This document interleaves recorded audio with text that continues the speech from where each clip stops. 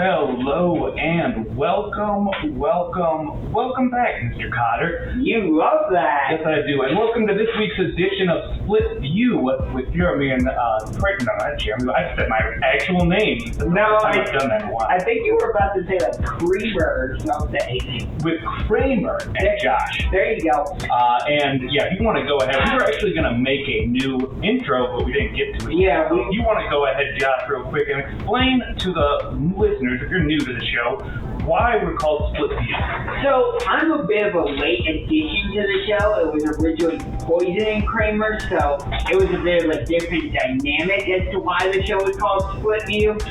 But with Kramer and I, the reason it's called SplitView now is because Kramer is a lot older than me, so... I don't know about a lot older. I mean, how old are you? 24. I'm only 32. Oh, so like 8 years. Yeah. I mean, it's weird though, because like... So it makes an age difference, so that's our SplitView. Yeah. And it's not only just that. I mean, I'd say you kind of grew up in a different situation that I did, and you've had a little bit of a different experience. Right. So between that and the age, it still fits. I'm all like over the place with my words. It still fits perfectly with the theme, I think. So that's why we kept it. You'll have to update the intro though. So for anybody new to the show, that's your like layout of what this is. Welcome. We do this every Tuesday at 3:00. If you want to get a hold of us, send us an email at splitview216@gmail.com. But with all that introduction out of the way, man, we have a lot to get to today. I have like way more news than I need, but it was hard to like spare it down. Like there was just too much going on, so we got to just hit it real good this week. And I'm like tax week, so I can do like 3 or 4 stories. I only had to do 1. Yeah, well, there's just a lot going on in the world. Yeah, like there's some sort of election today between Chantel Brown and Nina Turner in the 11th district of Ohio, so... Yeah, that was the recall election we were talking about just like a week or 2 ago. Yeah, so that election's happening today. It's between 2 Democrats, and I'm just so tired of seeing... It's crazy, like you'll see a Nina Turner commercial, and then that's immediately followed by a Chantel Brown commercial. I'm like, make it stop. See, I gotta be completely honest, we must watch different things, because I have not seen one commercial yet. No. Either of them. Do you have like a traditional cable? Yeah. Yeah, see, we don't have cable, we do Roku and like do the apps for our TV. Gotcha. Anything crazy like... Done without in real detail. Do you have anything crazy happen this week? Not this week, but on July 27th, I went to Indians Cardinals at Progressive Field. Might be one of the last times I see them play as the Indians, but you know. Yeah. No more plans to see them anytime this year? No, I'm probably gonna go towards the end of August to see them play Boston, but when I went against St. Louis, my plan for dealing with the fireworks, for those of you who might be new to the show and listening, me and fireworks have never had a nice relationship. I've always been terrified of them, so it's been a slow adjustment.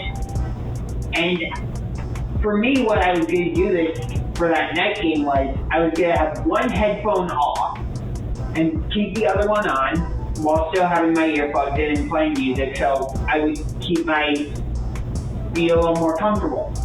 So what happens is, bottom of the 3rd inning, Jose Ramirez is up to bat for the Indians. I completely forget to put in my earplug. I don't have any music playing, and what happens? Jose Ramirez hits a 2-run home. So how'd that work out for you? It actually surprisingly went well. That's good to hear. Yeah. Well, do you think when you go back to see them play the Red Sox, you're going to try something similar?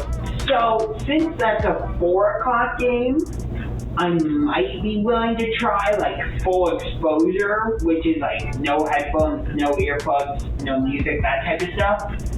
But I wouldn't do that if it was like a 7 o'clock game. Makes sense. Because I know the sound doesn't actually change from day to night or night to day, however you want to say it. No, but the way you process it, the way that it's presented. Right. Like at night, the visual becomes more intense. So for me, the sound becomes more intense. Whereas in an afternoon game, say a 1 o'clock game or a 4 o'clock game, the visual's taken away a little bit. So it feels like the sound is taken away a little bit. Does that kind of make sense? A little bit. Speaking of intense, though, I had a little bit of an intense weekend. Oh, really? Yeah. Saturday, I happened to be in the kitchen with my girlfriend cooking dinner, and we're looking, it's like 5, 6 o'clock, and it's been a great day up until then, and we're looking out into our backyard, which kind of share with our neighbor, and all of a sudden, somebody who we don't really know is back there, and it looks like they're stealing copper from our neighbor. Like, as we sit there and watch it. Stealing copper? Stealing copper. Like, I look over and I just see this dude with a knife, like, peeling these wires and stuff that my neighbor has back there to see if there's copper. And some of them are, like, he collects copper. He has a copper collection? Yeah, he does, like, different kind of home, I don't know what to say, like, metalwork products. Oh. So he has a lot of, like, different, scrap metal. Anyways, I come outside to say something to the dude, and I was actually kind of nice. Like, I just came out and said, hey, man, does my neighbor know you're back here? And the first thing the dude said was, you need to mind your own business. Which, if you know anything about me, I have a little bit of a temper. Yeah. So, I ended up, like, flipping out on these people, and I chased them out of my yard. And when that was going on, I thought that I lost my cat. My oldest cat. I have 4 cats, and my oldest one, who's up there, like, he's like 13, 14. It's already kind of hard for him to get around. We come back inside after this, and I can't find that one cat anywhere. Like, we get the treats out, everything. This cat's not coming out. Ended up spending like a good 3 or 4 hours looking for him as I'm freaking out. And of course, the way it ends, he was hiding in the house somewhere. I don't know where yet, still. But he was hiding somewhere because he just appeared again. Did you ever figure out what that guy was doing, though? Stealing copper, as far as I know. Oh. And I asked my neighbor about it later that night, and he had no idea why this dude was there. So, man, what would you do in that situation? Probably would have called the cops. I think that's what most people would have did. And I feel like I actually handled it pretty nicely. Like, I could have just called the cops and been done with it. I have like an issue sometimes with calling the cops when maybe I should, just because I know what it's like to have to deal with the police. Yeah, I think maybe that's why you have a little bit of hesitancy with it, because you have experience being I don't want to get anybody in trouble. Right. Or like falsely accuse someone. That was definitely a situation where, like, it probably would have been better to call the police because I was putting myself in danger for no good reason. But I have issues. And we all know that. So normally this would be when we would do a quick quiz. We only have a few minutes. I found something different for this week, though, that kind of wraps up news with our quiz. UPI, which is a news site, they do a different news quiz every week. So we're just going to shoot through this real quick and see if you are up to date on your news. So, didn't we just tell James that we're not doing a quiz now? I didn't think we were going to, but we don't have time for it. This is going to be like a 1-minute speed run. Okay. Which Team USA gymnast won the gold medal in the women's all-around individual final? Oh, it was not Simone Biles. Not Simone Biles, it was Sunisa Lee. Yeah. Stephen Avery was recently denied a new trial in Wisconsin. What Netflix documentary followed his case? You have Netflix? Yeah, I do. I just don't watch it that often. Yeah. Well, for fans of true crime, they would know that's Making a Murderer.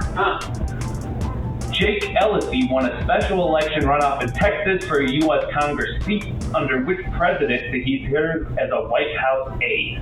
Bush, Trump, or Reagan? I'm just going to say Trump. It's actually Bush. We'll get back. Oh. Former President Obama was announced as a strategic partner and minority owner of what sporting organization? NBA Africa. Ding, ding, ding. I knew that one. The Justice Department recently sold a one-of-a-kind Wu-Tang Clan album that was previously owned by what infamous CEO?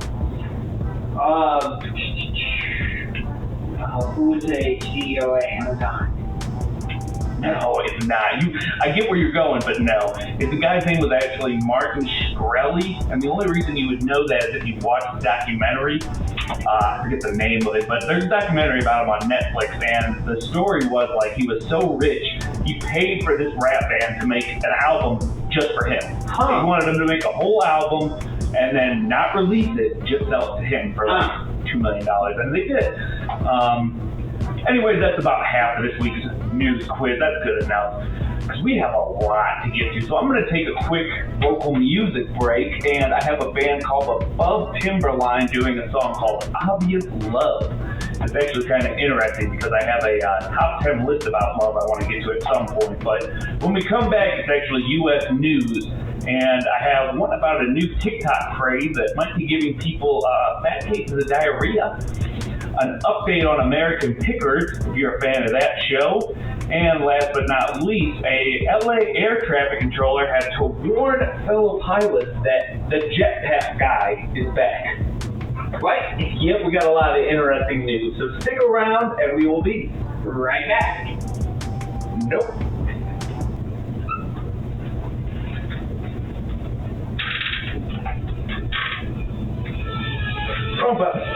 Yeah.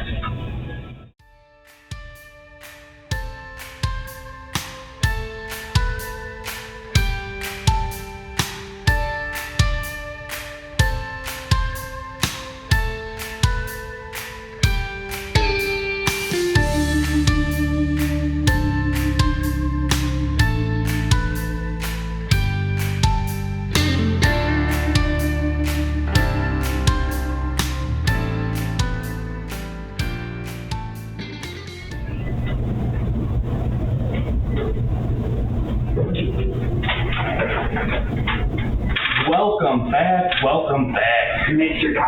Cotter. So, you still haven't got on TikTok yet, have you? No. I finally created one a couple weeks ago, but I haven't really tried any of these like TikTok trends yet, and there's a bunch of different ones. The newest one, though, is apparently eating frozen honey.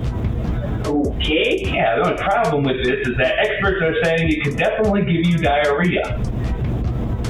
What? Mm-hmm. The challenge itself involves freezing a water bottle full of honey and then squeezing the contents out so a long, somewhat solid-looking shaft comes out before you take a massive bite. It says the trend has exploded across the app with thousands of videos being made with #FrozenHoney.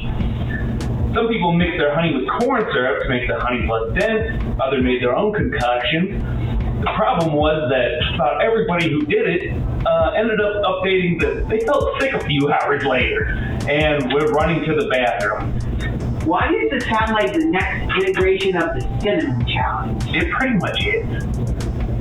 They asked a registered dietitian at Cleveland Clinic about this, and Kristen Kirkpatrick, she had to say, honey is great, but having it in small amounts to sweeten is what you do with a healthy relationship with food. Using it to get a lot of followers and a lot of attention is crazy. Which is pretty blunt, but... And my response to that would be, no, duh. I mean, I understand, like, you want to be hip, you want to do what everybody else is doing, and as somebody who's trying to break into broadcasting, we do this show every week here from the Ohio Media School. You know, we got to try to, like, follow up and stay up to date on these trends and stuff. Yeah. But, man, stuff like that, it escapes me. I don't understand the point of it. Yeah, like, okay, so I remember the cinnamon challenge, and then there was others, like, wasn't there something called a little trend for the Tide Pod challenge? Oh, yeah, that was a while ago, and that was, like, a big deal, but for a while, they were eating Tide Pods. And then there was the Ice Bucket challenge, which that was actually did good, because it was for Alzheimer's disease. I think I'm saying that right.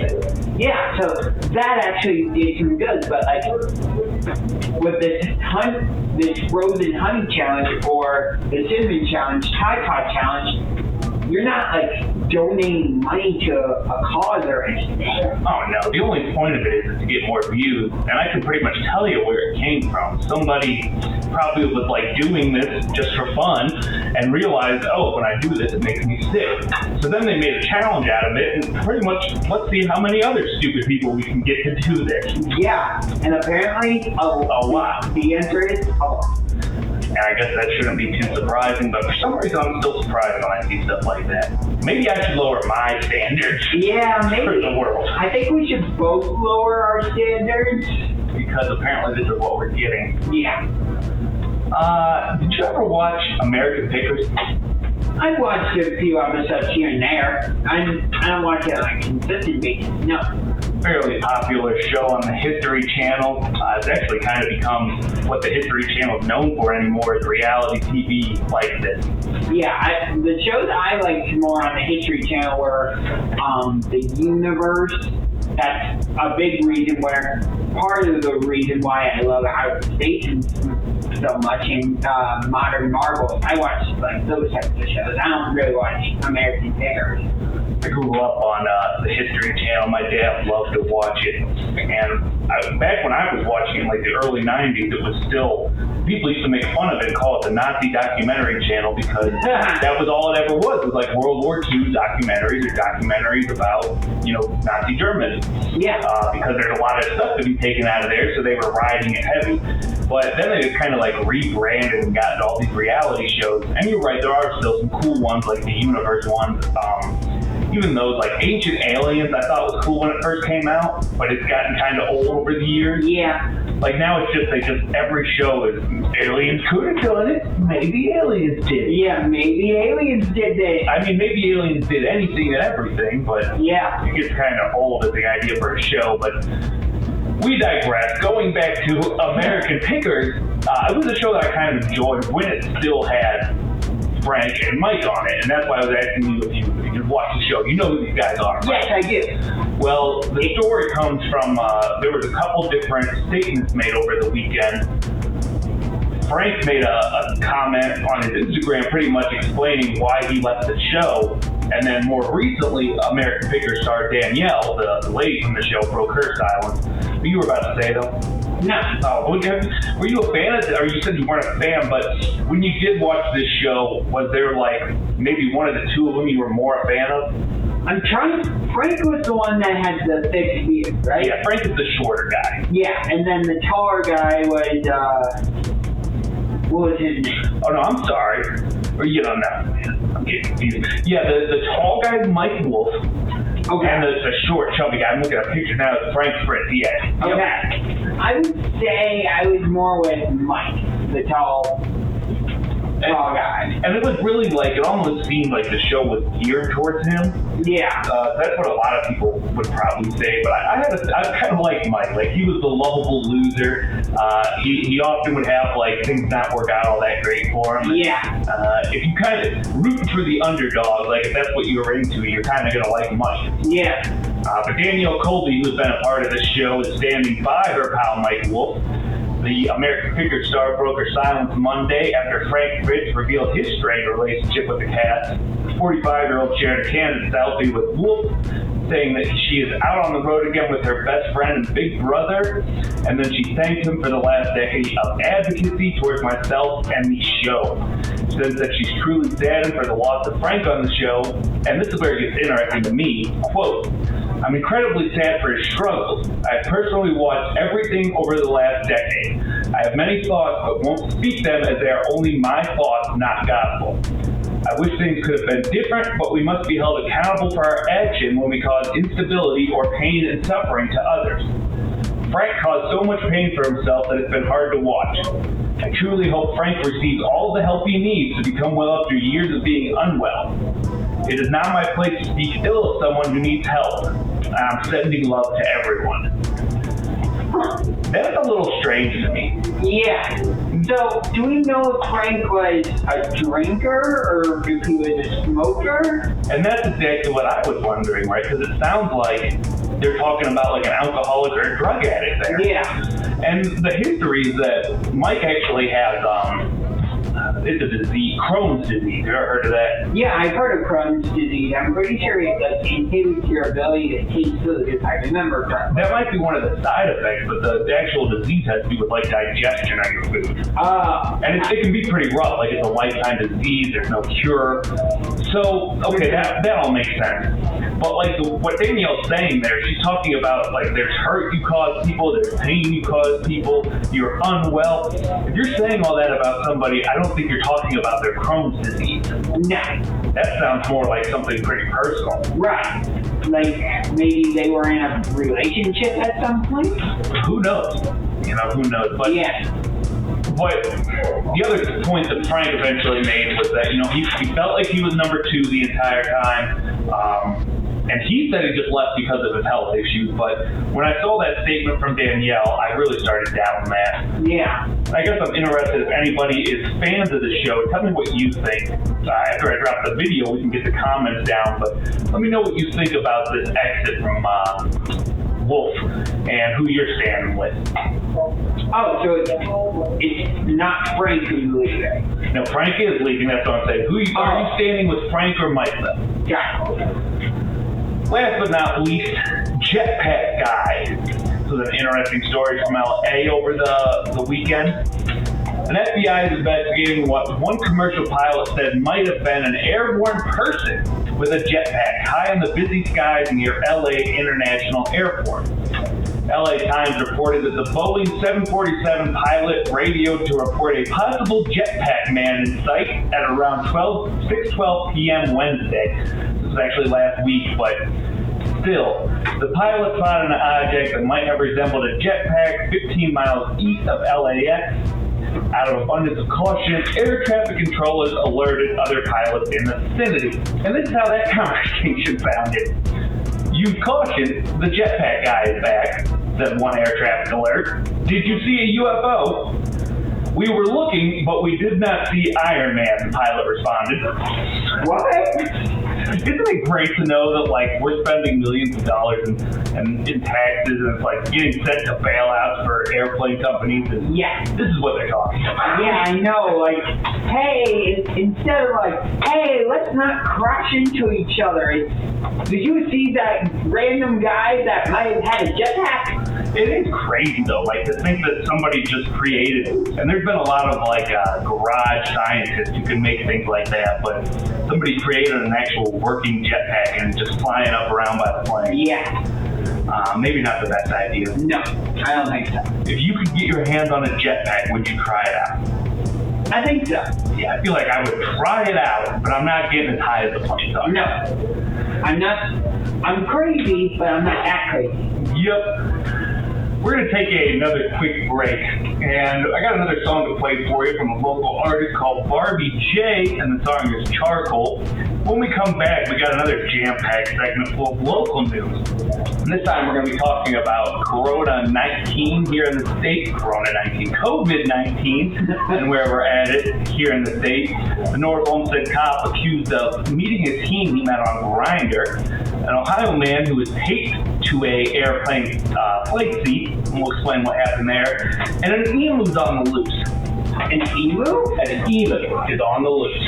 Okay, then. So yep, you're going to want to hang out for all of that right after some local music, and we will be right back.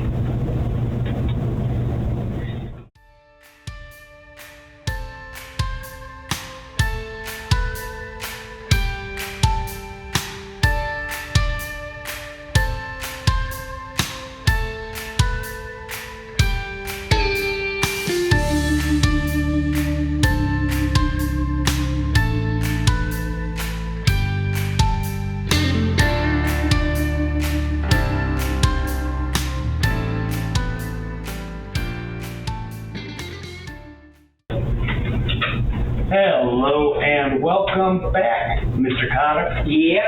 To local news, the third segment of our show, which means local news if you're new around here. And if you're new around here, or if you're just somebody who's been with us from the start, we used to do like horoscopes and astronomy in the last segment, which was left over from with the previous co-host, which we were talking about earlier. Well, the astronomy thing is something I brought in. Yeah, well, it was kind of strange, the whole segment. But we changed it around, and we had talked about before how we're kind of both interested in conspiracies, right? Yeah. Well, we found a way to get that into the show, and we're going to have a brand new segment debuting at the very end. So you're definitely going to want to hang around for that. Before we get there, though, we have local news, and the big thing right now is here in Ohio, as well as elsewhere in the country, they're saying that Corona is once again on the rise. And that's because of the new Delta variant, which can make people, even vaccinated people, possibly can get it. Yeah, that's some of the crazy, okay, so what they're saying about this is that with fewer than 1 in 2 Ohio's vaccinated, so they're saying that less than 50% of Ohioans even vaccinated. Which is a big problem. Yeah, that's a problem right from the start. But they're saying with that, the COVID-19 is once again ascended as immunization slow, and this hyper-transmittable variant, which is the Delta 8, proliferate. Words are hard. Yeah. More than 700 Ohioans are hospitalized as of today. That's a far cry from our high, which was over 5,000 last winter. But that's actually a 163% increase over the last 3 weeks. On Friday, this is last Friday, 929 Ohioans contracted the disease. This is a fourfold increase from early July. And at this point, more than 5 in any 100 COVID-19 tests taken are yielding positive results, up from 1 in 100 in early July. Saying not only are cases increasing, but they're doing so amid what's typically a slow season for respiratory diseases, when vaccines are widely available, and when the pool of vulnerable people is actually at an all-time low. Because with 11.7 million Ohioans, 5.8 million have been vaccinated, and 1.1 million so far have been infected already. I've heard that vaccinated people can get the virus, which is crazy to me. But and my understanding of that, from what I've heard, is that vaccinated people can get this new version of the virus, but it's not nearly as bad. Right. I mean, obviously, if you're unvaccinated and you get this new variant or the original, either one, it's gonna be bad. You might end up getting hospitalized. Whereas, from what I've heard anyway, if you are vaccinated, hopefully you've gotten Moderna or Pfizer, because I've heard not so great things about Johnson & Johnson. Have you heard that same type of stuff? It's got the lower efficiency rate out of all of them. It's definitely the one they're saying is the least efficient. Yeah. So, I heard that if you get any of the vaccines, really, you're less likely to end up in the hospital. Well, they're pretty much right now, I've heard it on the radio, they're even calling it a pandemic of the unvaccinated at this point. Yeah. And it's not because if you're vaccinated you won't get it, but because the people who are getting it are pretty much 80% of the people who are vaccinated and have contracted this disease, the Delta variant in Ohio, say they're asymptomatic. No symptoms, period. And the other 20% say they have very light symptoms. So if you get this, you're going to have a cold compared to possibly being in the hospital. Right. And you think that would be enough to make people run out and want to get vaccinated, but we're still only at 49.4% of Ohioans beginning the vaccination process. And here's the crazy part about that is a bunch of places are having to revert back to you have to wear masks. And you're going to have these people, whether they're Republicans or maybe even Democrats, that are going to be make up your freaking mind. You can't say one thing and then go, oh, we're going to go back on our word. And one of the reasons this was on my mind today, because when we came into school today, we were told that they're reinforcing the mask mandate here. And this is something that's been going on around the state, a lot of different businesses, like you said, that have gotten rid of it are getting it back. My girlfriend works at Family Dollar. They still have not reinforced it, but she said she's just waiting for it at any point now. Right.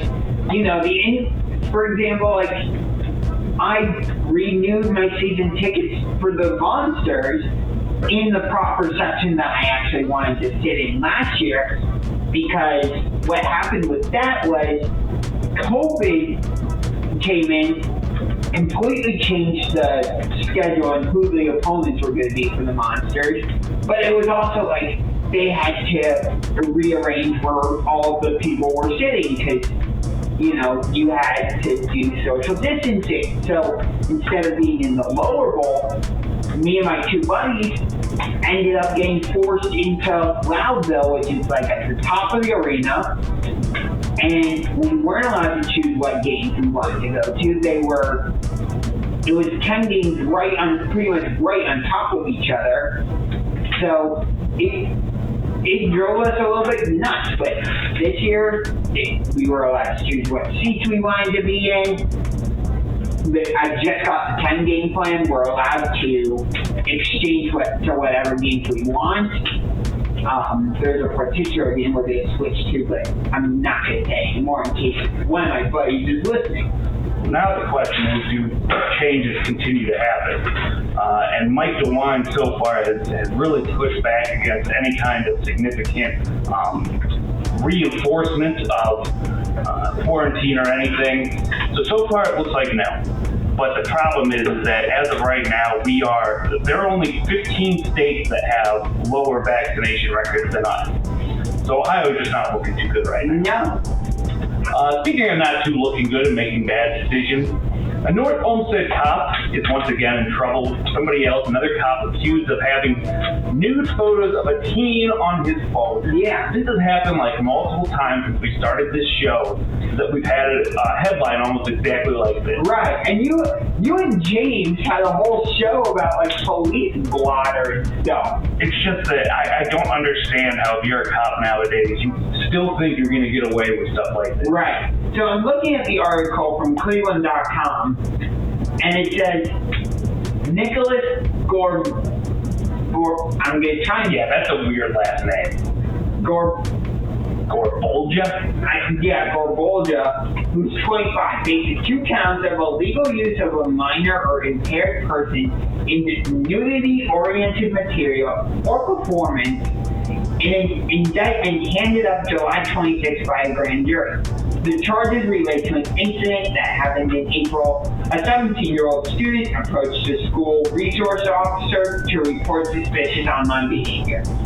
Yep, it says that the student downloaded Grindr, which is actually a dating and explicit photo exchange kind of app for gay men. The teen told investigators that the conversation with the man, who was later identified as this officer, began on Grindr but eventually moved over to Snapchat. An analysis of the officer's phone uncovered 7 different pictures of the teenager, including nude photos. Just a bad idea. Yeah. If you're a cop, do not mess around with underage kids. If you're a cop, don't break the law. Maybe don't break the law, period. But if you're a cop, definitely don't break the law. Yeah, if you're a cop, don't break the law. I think that's fair. Especially because the cop is the one that's supposed to enforce the law. And I've said it before, and I'll keep saying it. I feel like if a cop or anybody in power commits crimes, they should have a worse sentence than a normal citizen. I agree. Somebody who might get Somebody who might get convicted of a crime now, another Ohio man. He had to be taped to a seat on a Frontier flight after he allegedly groped and assaulted various flight attendants. What? If this Norwalk man had to be taped to his seat by other passengers. He's Maxwell Berry, 22 years old, and he's now facing 3 charges of battery. Police reports state that he ordered 3 different alcoholic beverages from a flight attendant. And I always kind of wondered why they served alcohol on flights. Doesn't seem like a good idea. No, it really doesn't, because it leads to weird incidents and stories like this. You're right. And after these drinks, he brushed an empty cup against an attendant's backside and then allegedly spilled a new drink on his shirt and then went to the bathroom, coming out shirtless. The attendant told him he had to put a shirt on and helped him get a new shirt out of his carry-on.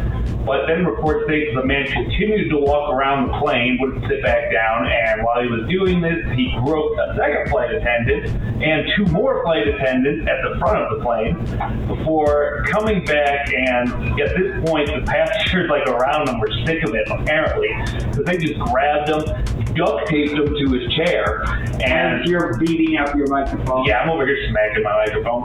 But seriously, how sick of people do you gotta be that you can't even get people to agree on anything, and now you've got all these people agreeing to duct tape somebody? Yeah, that seems a little extreme, but hey man, when somebody's drunk though, it can be hard to get any kind of sense into them. Yeah, that's true. And they're just trying to get that plane landed safely. Yeah.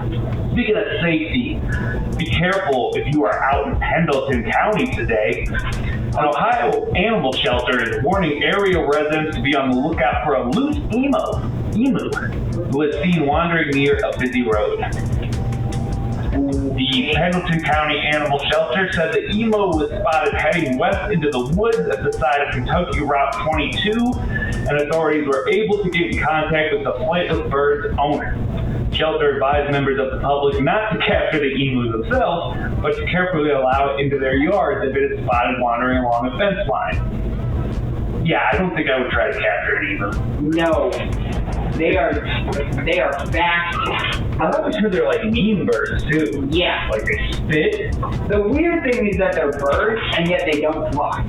Yeah, that's strange. They're non-flying spitting birds. Yeah. That's terrifying. Yeah. We're going to take one more break before we come back to wrap it up with our brand new segment. I'm going to play some local music for you one more time. The artist is Darvon. The song's Watch It Grow. And when we come back, it's conspiracy time, debuting here on SplitView. We'll be right back.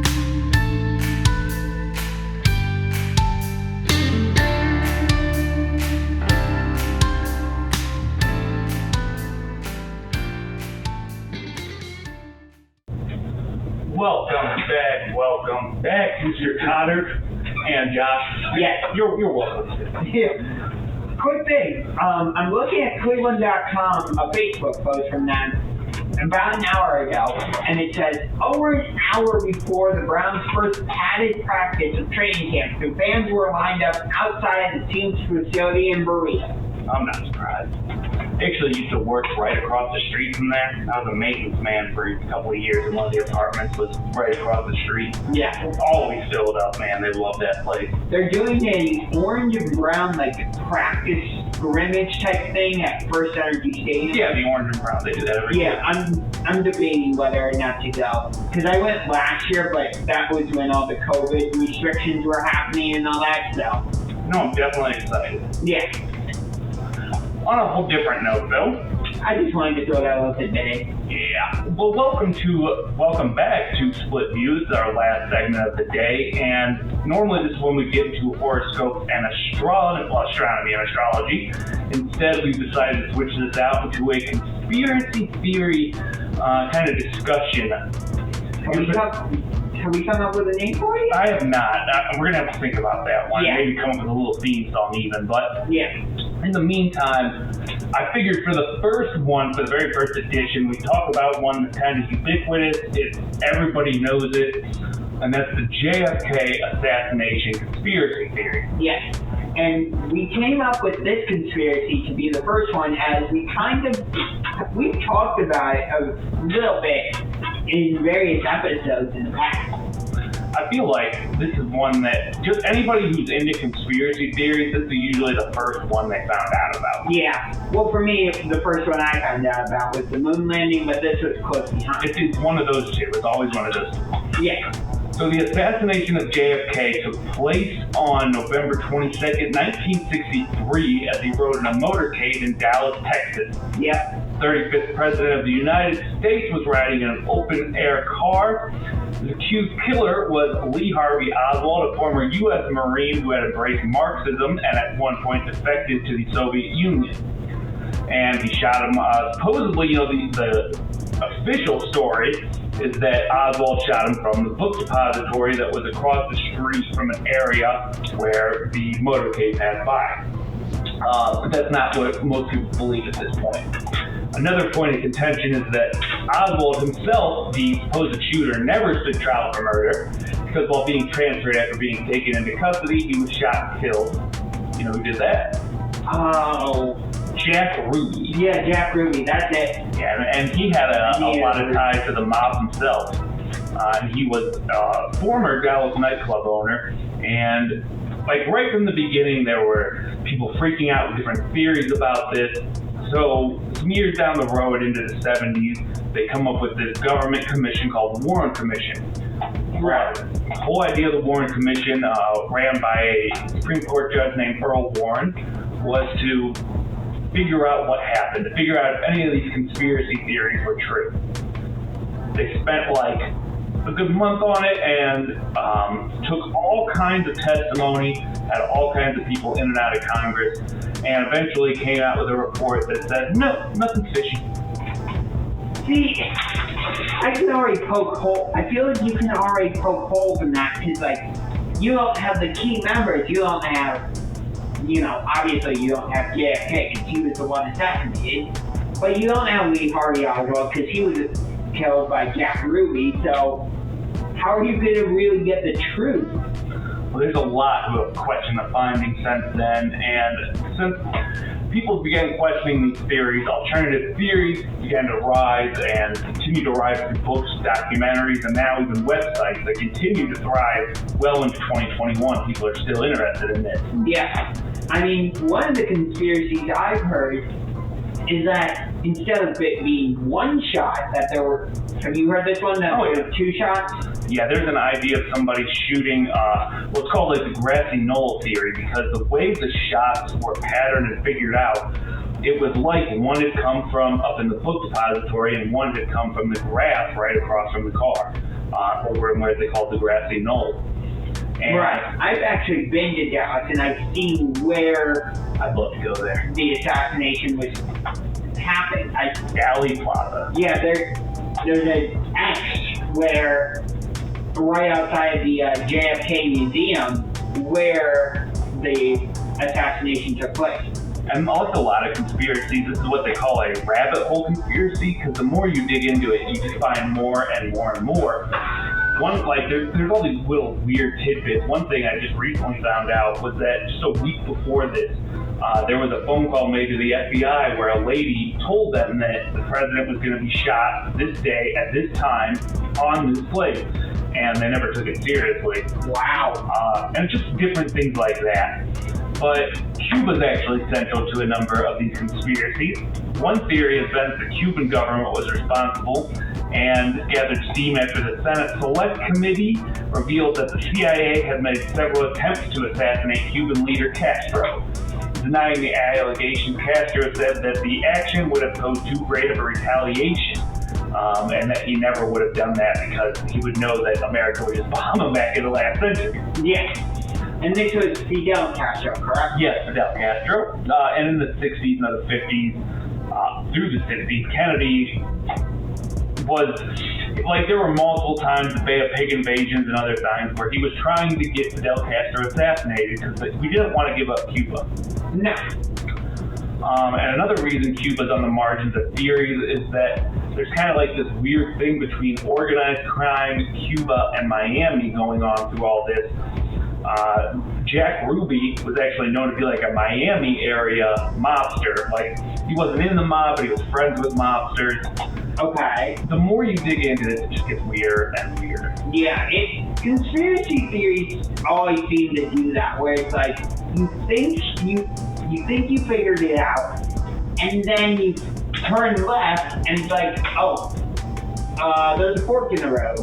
And this is the kind of thing like it would take a whole hour just to touch the surface of, because we haven't even touched on like Marilyn Monroe and the famous actress who had an affair with the president around this time. Right. And some of the other theories, like the President Johnson, Vice President Lyndon Bird Johnson, some people thought he was involved after he became president. Yeah, because, I mean, right after the assassination, he was rushed into the plane and immediately took the oath. And there's been a lot of speculation and like rumors that night, like he was seen laughing about it, smiling, and it was Oh, moved. really? Yeah, I've read like. I have not heard. Yeah, I've read notarized statements actually made by Jacqueline Kennedy, where she's talking about being on the plane with him while he's like celebrating the fact that he's president now. I have not heard that. But it's just that's the thing, like there's so much, there's probably stuff I don't know, there's stuff you don't know that we can find just by, looking into this. Yeah. And that's what I love so much about conspiracy. Yeah, conspiracy theories are great. So we're going to keep doing this in the future, and I gave out the email earlier, I'll give it one more time, splitView216@gmail.com. I check that every day. If you want to send us anything, send it there, but the reason I'm giving it right now, if you have any of your favorite conspiracy theories, anybody out there that would like us to talk about something specifically, please send that into the email, and I will definitely take a look at it.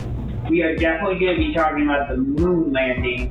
I'll probably do that next week, actually. Yeah. So definitely tune in next week for the moon landing, but send in your ideas for conspiracy theories too, and we'll get into those in the future. Yeah. If you enjoy this kind of thing, like conspiracy theories and the creepy side of life, I'm actually starting a brand new series called The Strange World That We Live In. So if you have the time, please check that out on my YouTube, Kramer Radio and Productions. We also have the video up from this on there. And Josh puts up the video from this show as well, your YouTube. Under to the max. And check both those out. Subscribe. I have one more thing that's going to make us run just a tiny bit over. But just for the fun of it, I found this list. And you know how our horoscopes, when we were still doing them, like kept talking about love for you? Yeah. I found a list, 10 interesting psychological facts about love. So in honor of our one and only Josh, I'm just going to zip through this right quick. What? I figure we can, just discuss this and, give a little help to each other. Okay. Number 10, did you know that sometimes it is polite to stare? No. Yep, a researcher at Dartmouth University found that men tend to rate their lovers more desirable the more she directs her gaze at a man. Strong eye contact, bordering on staring, demonstrates to mate that the person is confident and willing. Huh. Okay. They also go on to say, number 9, love and fear have quite a lot in common, saying that sweaty palms, increased heart rate, pupil dilation, and these are things that all happen both when you are in love and when you're scared. So maybe your body's trying to tell you something. Oh, God. Yeah. What? It goes on to say, number 8, familiar faces are more attractive, saying that, basically, I'm trying to get exactly what they're saying, but if a person has close-set eyes, they would deem a face with close-set eyes more attractive than the same face with that. Okay, so that somebody who has a certain kind of face, if your face is similar to them, they think it's more attractive. So basically, we all love ourselves. That's what that comes down to. Okay. Number 7, it says that love can be addictive. It's actually been found out that one of the chemicals released during love is something called oxytocin that people can get addicted to, and that's why, sometimes it can be so painful when you're going through a breakup. You actually have a physical addiction to that person. Number 6, love at first listen. We often talk about love at first sight. Scientists have found that you might not even need to see someone to fall in love. Some people say that they are able to pick out their soulmate from the perceived attractiveness of that person's voice.